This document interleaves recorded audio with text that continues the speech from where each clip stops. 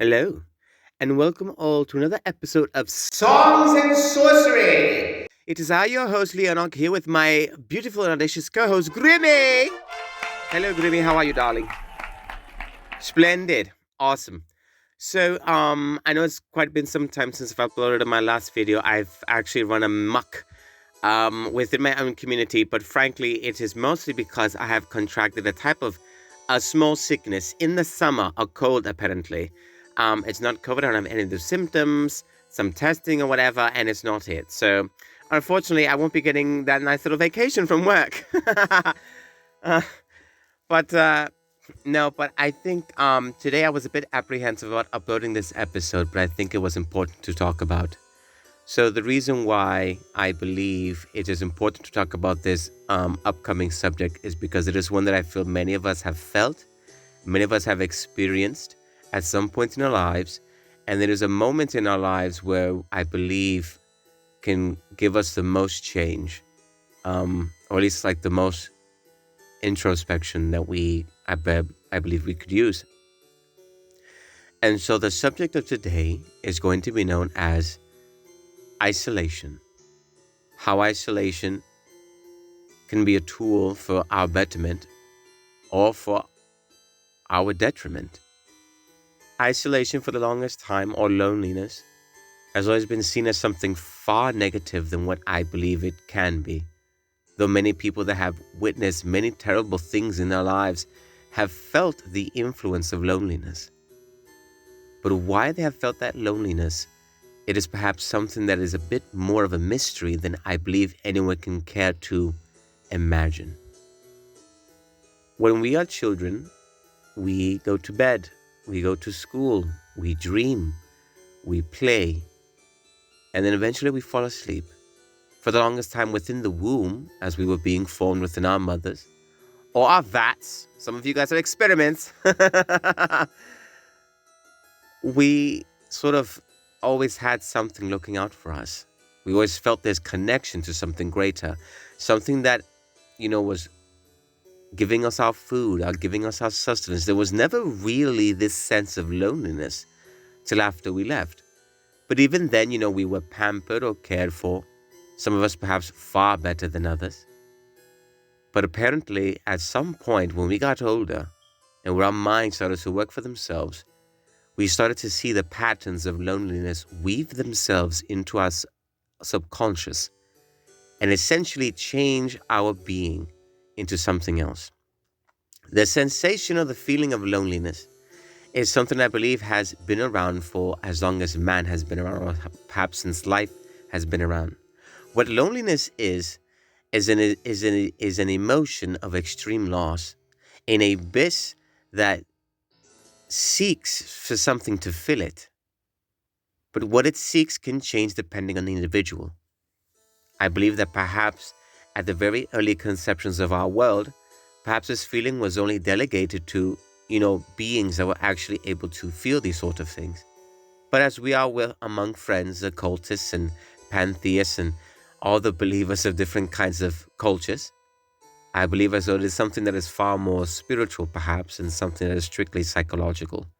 There are some people that are able to thrive in their loneliness, but I believe that is because they have conquered something that others perhaps could not. When we are alone, for the longest time, I would feel almost nothing. I remember growing up for a time, and I didn't really develop my feelings towards males till I was a bit older.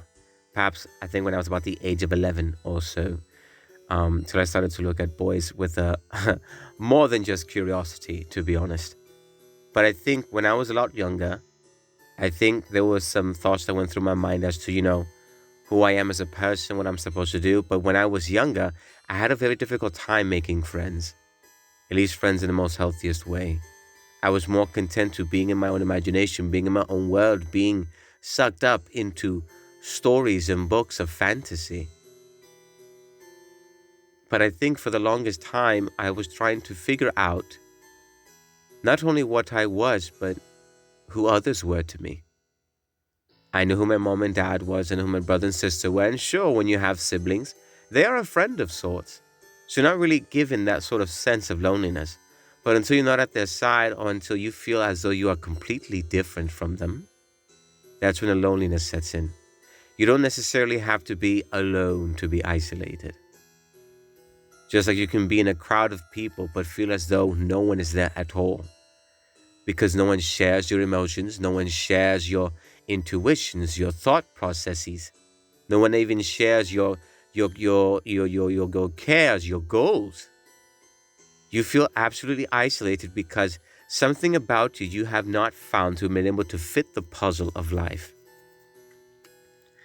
And so we journey through our lives with this sort of nagging sensation of loneliness, of fear, and it persists in the back of our minds, just waiting to rear its ugly head. When we are younger, the one thing we crave a lot is friendship. We crave community. We crave, you know, a social aspect to our lives that I think sort of stemmed from perhaps our evolution, our biological change and adaptation from ape to, Homo sapien. And as we've witnessed and observed in nature, ape species, for one, are incredibly social. They are in family groups. They travel, I believe, in herds or in tribes or troops. They look out for one another. Some go out and get food. Others serve as protectors. They look out for one another. So there's this sense of community that I think has been embedded within us. But whenever we grow up in a circumstance, or we grow up perhaps in a life or within a home with that sensation or that feeling that is within us, given to us by our ancestors and even farther back, it is something I believe has to be fulfilled in some way.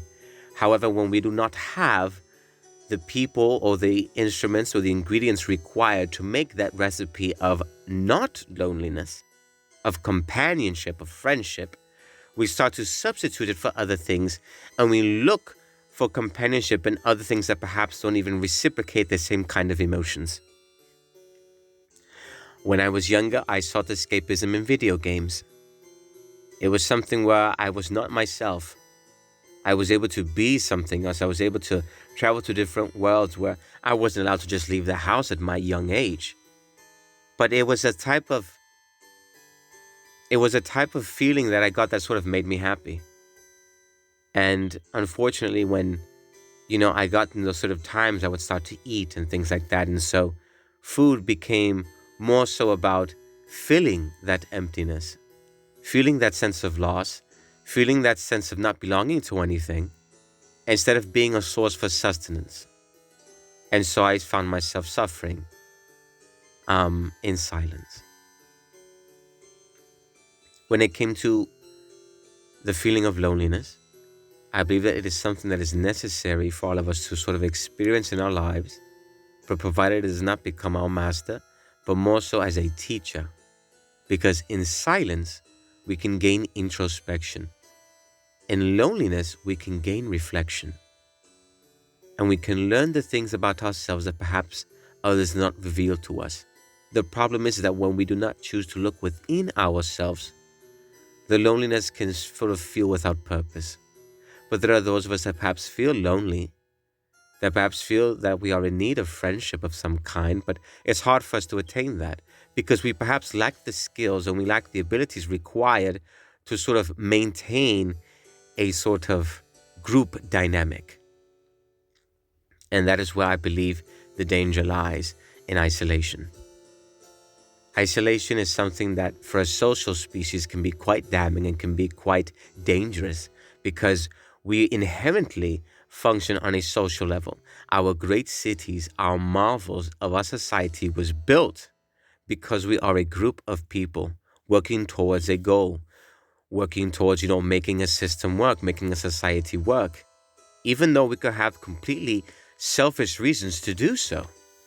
But there are others among us that understand the importance of community, that understand the importance of family, of friendship, of, being a society, that such a thing as a society is created and it is maintained by our leaders.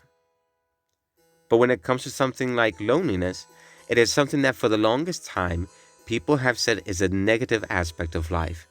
That when you feel lonely, it can lead to many dangerous things. And to that extent, I agree.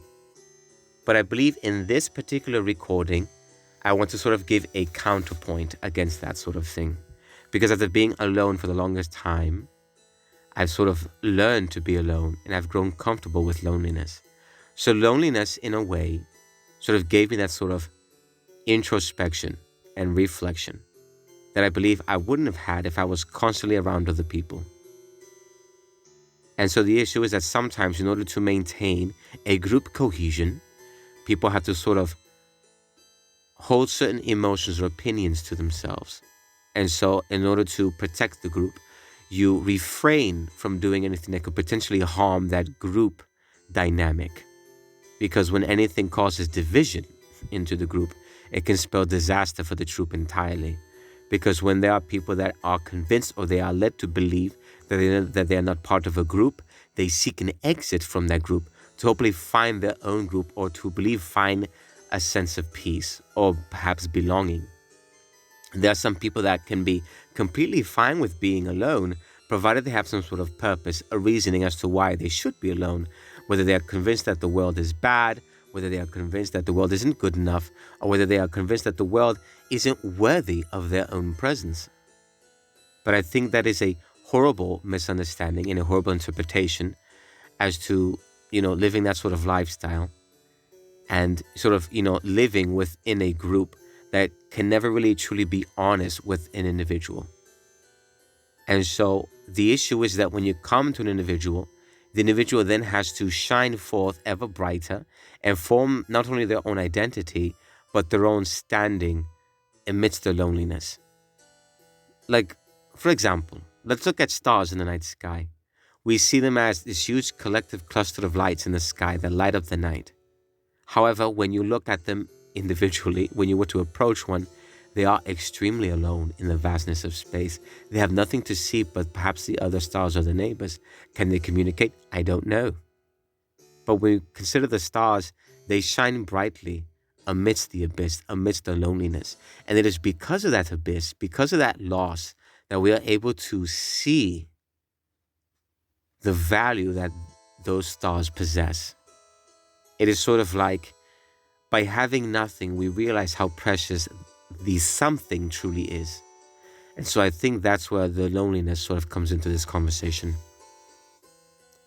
Loneliness itself isn't something to fear. It is something I believe we should embrace, but it is something that we should be cautious of, because when we are too comfortable being alone, we can sort of develop these bad habits and we can sort of perhaps unexpectedly end up pushing others away from ourselves, whether it is in our opinions, whether it is in our own faiths, perhaps in our own habits, how we eat food, how we consume, how we take care of ourselves, things like hygiene, even certain mannerisms that you do that could perhaps be,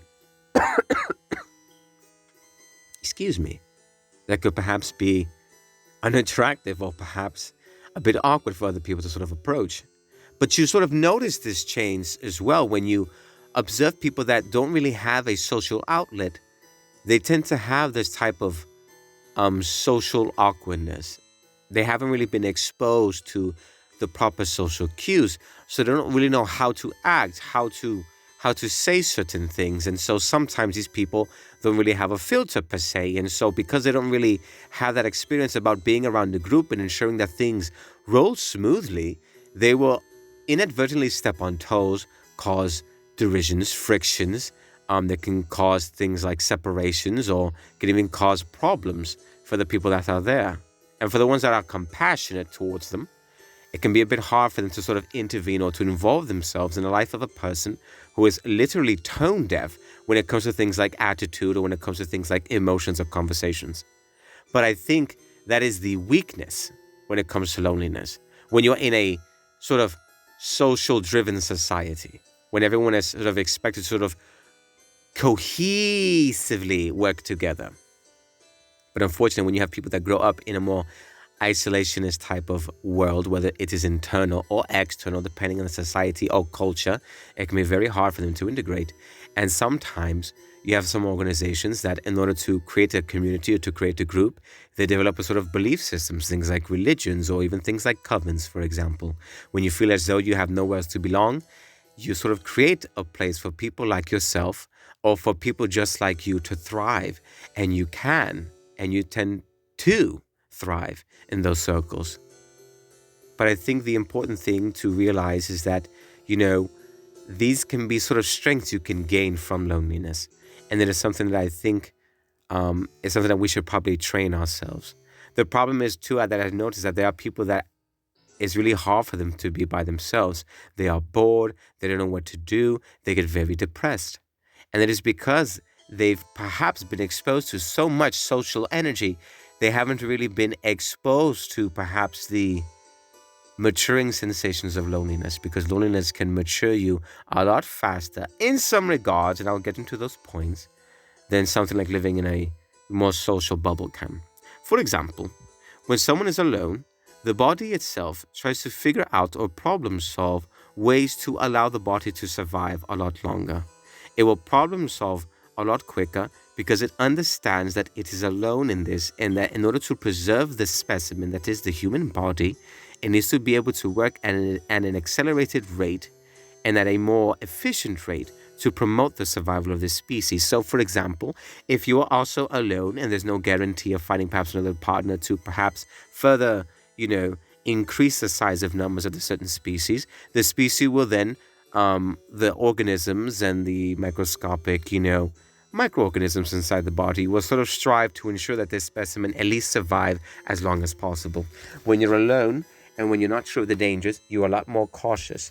You don't have someone else to rely on. You don't have someone else to teach you. So on one hand, being alone can make you incredibly ignorant because no one's taught you properly. But being alone also opens you up to potential dangers, but also many valuable learning situations and circumstances. When someone is alone, they have to learn how to thrive on their own. They have to learn how to get a job. They have to learn how to have their own home, how to pay for the bills, how to organize their lives, how to get a car. They become a lot more self-sufficient. And so through time, because they sort of flex these muscles of isolation, they start to develop an identity around themselves because they're around themselves more often. So they don't really resemble other people. They don't really reflect other people's emotions. So they can sort of come off as very different when they are put in a group setting. But it is something that I believe can prove very advantageous to that individual. Because when you're alone, you tend to think a lot. You're alone with your thoughts. And it is as if your body is trying to sort of come up with its own comforter, its own friend. You try to make your own friend. Not an imaginary friend, but one that sort of, I think, is you yourself. You try to seek comfort in the things you do, in your habits, in your routines, in your rituals. You find comfort in your own voice, in your own thoughts. Perhaps you speak to yourself like I do all the time. I've done it for so many years. So many years, so many years. I've spoken to myself. I've even been caught a couple times. Hopefully that doesn't happen to anyone of you out there. It's a little bit embarrassing. It's happened to me. I think my mother has caught me. My grandmother has caught me. Better talking to myself than doing other things, I have to admit.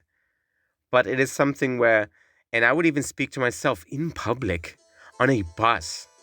Like, on public transit, I would be talking to myself because just being alone in my thoughts isn't enough. I need a voice to speak to me, because sometimes I can get better reflection by speaking to myself. That's essentially my internal energy sort of leaching out, and I'm sort of recycling it for me to further interpret it better. To sort of, recycling the thoughts I have in my head are perhaps better spoken. And so then I can sort of hear how certain things sound. I can sort of see how I can look at on the outside when I bring the inside out. But being alone for so many years has taught me to sort of be comfortable with being alone.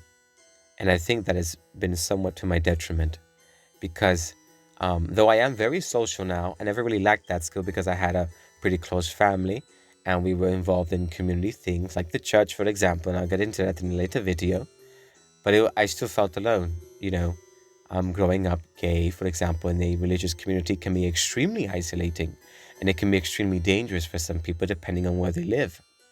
And it has given me so much to think about, learning how to keep so many secrets for my own survival, how to walk, how to talk, how to do certain things, how to even lie to protect myself. But it is something I never wanted to do, but something I felt as though I had to do in order to protect my own interests and my own spirit. But being by my own for so many years has sort of given me comfort. And this is the other point I believe I can get into when it comes to being alone. Um, if you notice that many times that people feel sort of overloaded when they've been around too many people for the longest time, all those energies your body seems to absorb, your spirit tends to be exposed to, and then you sort of feel sort of drained from the day. And so what does your body do? Your body seeks isolation away from any sort of types of energies that can interfere with your body being able to, reacquire equilibrium. And in order to, reacquire that sense of peace. So what do? You seek out isolation. You seek loneliness. Because in loneliness, you heal. In loneliness, you get a sense of peace. It is quiet when you're alone. There's no other energies that are pretty much there with you. And though it can be an incredibly empty and very scary feeling of being alone, it can also be quite freeing. Because when you are alone, you have the freedom to essentially do, say, feel, and be whatever, whoever you want to be. That's the beauty of loneliness. Loneliness does not judge you, but companionship and friendship can. And so loneliness isn't something to fear, isn't something to reprimand, but it is something to utilize as a tool. But I believe that loneliness as well can be a valuable friend, because when no one else was there to comfort you, loneliness was.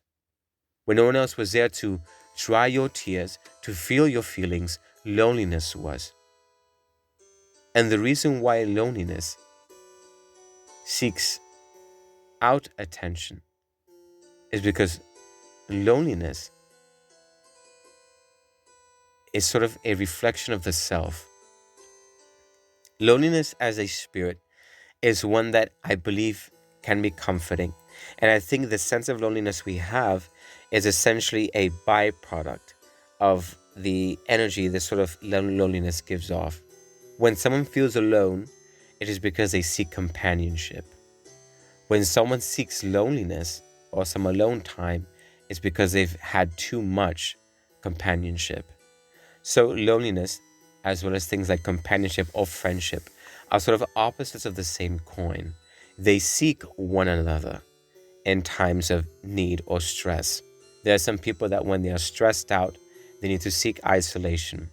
When you sleep on your own. When you're near other people, can interfere with your sleep, and it can interfere with your sense of peace. When you meditate, when you focus, you tend to do so by yourself.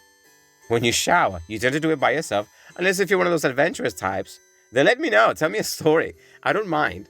I love to hear the brilliant escapades of those who, showered with other individuals other than themselves. You're lucky, honestly. I wish I could be so lucky. But, loneliness can be something that is very healing, and it can be something that can help us learn and see within ourselves the issues or the things that perhaps are keeping us alone. The weakness to that is because loneliness doesn't have any external information. It doesn't have external input. There's no one else there to sort of reaffirm you. There's no one else there to sort of reaffirm to loneliness what it is, what it needs, what it's lacking, what it can do to improve. If a person isn't self-aware of themselves, and I don't know how you can be after being alone for a long time. You tend to understand how you are, but there are some people that are like that. They don't know how to thrive in social gatherings. Or if they do, it has to be with a very few amount of people, which is honestly a fine way to live. As long as you have someone or something. Some of us can sort of seek that camaraderie with other humans. So we do so with animals, things like pets. But these are spirits. These are animals that as well also experience feelings and emotions like loneliness. And they are themselves able to thrive alone, but they understand that, being part of a group is preferable and better for them in the long term because of the benefits that being within a group can provide. It can provide protection, it can provide entertainment, it can provide nurturing or nourishment, it can provide a vast amount of positive things, and being alone can have its detriment. On the other hand, as well, when you're near a whole bunch of people, you have to worry about, everyone getting their fair share when it comes to things like work, when it comes to things like food, when it comes to things like showing affection, showing friendship, making sure you're sort of watching what you say, making sure you're watching what you sort of do to not sort of, interfere with others, not to sort of overstep their boundaries, to go into their cone of power and to essentially rob them of their sovereignty to some degree. So there's sort of caveats as well to being in a sort of, very cohesive or believe a very populated dynamic when it comes to things like companionship. But in this video, in this recording, I sort of wanted to sort of speak more so as to the power of loneliness and its necessity within our daily lives, though it can be incredibly disheartening to feel these emotions, these sensations. Look to loneliness as a friend, as a comforter, as a counselor.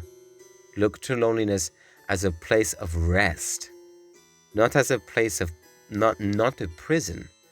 It's not supposed to hold you there.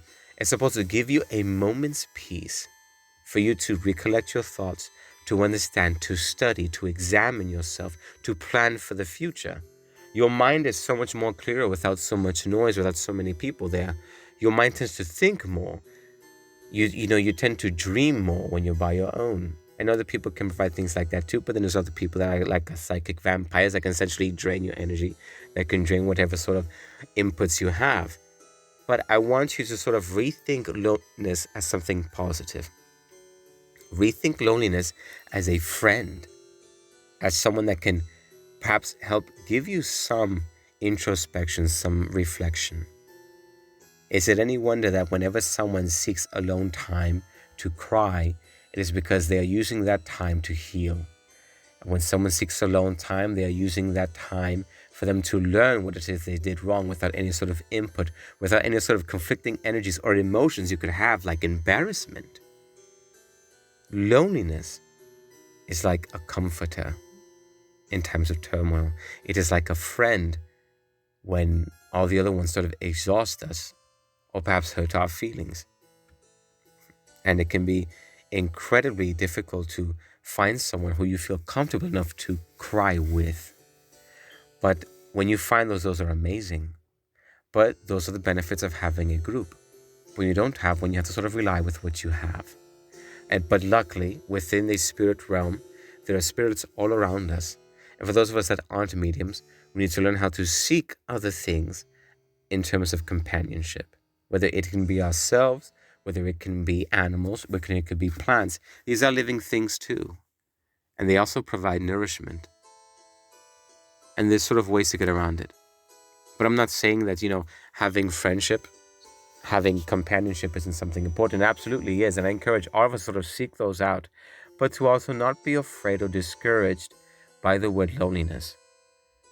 Because unfortunately, loneliness for many of us has proven to be more of a tormentor than a comforter. It is something that is constantly in the back of our minds, reminding us of our weakness, of our inadequacies. But it is because we've been sort of forced into that role. We've been sort of convinced that that is what we are. And it is the reason why we are alone is because we are different. But being different isn't a bad thing. Being alone simply means that you are sort of reassessing your situation, your circumstances.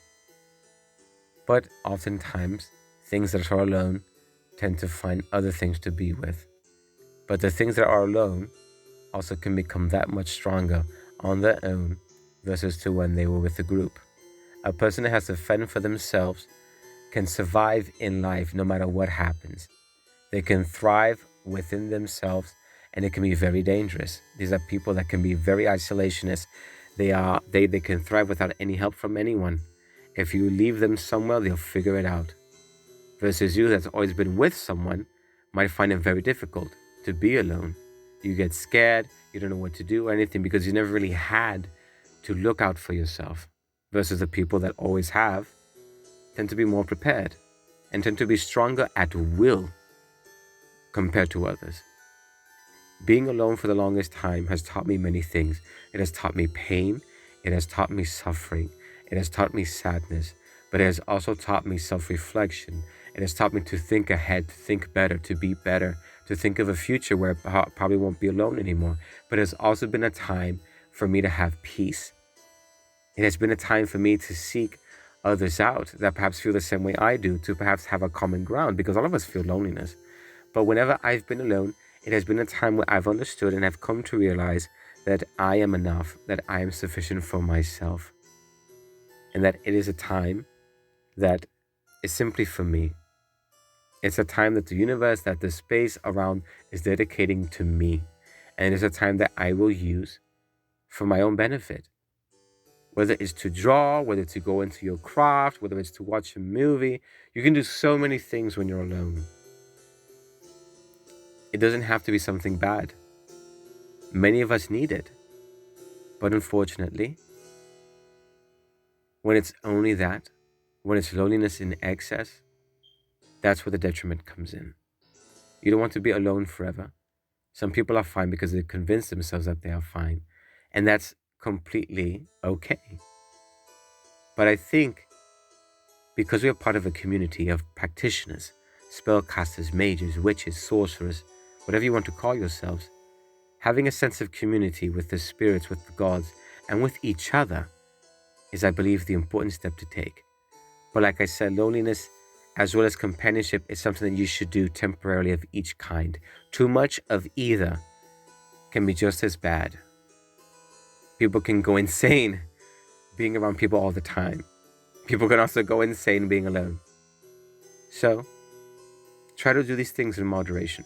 If you find yourself to be alone most often, and you're trying to seek other people out, go to places or seek people that have similar interests as you. If you like video games, if you like comic books or anything like that, if there's an event where similar people of a similar like might be there, attend that. If you like music, go to a festival, go to a music store. See who's liking the same music as you. And it can be kind of hard sort of branching out of it. It took me a bit too.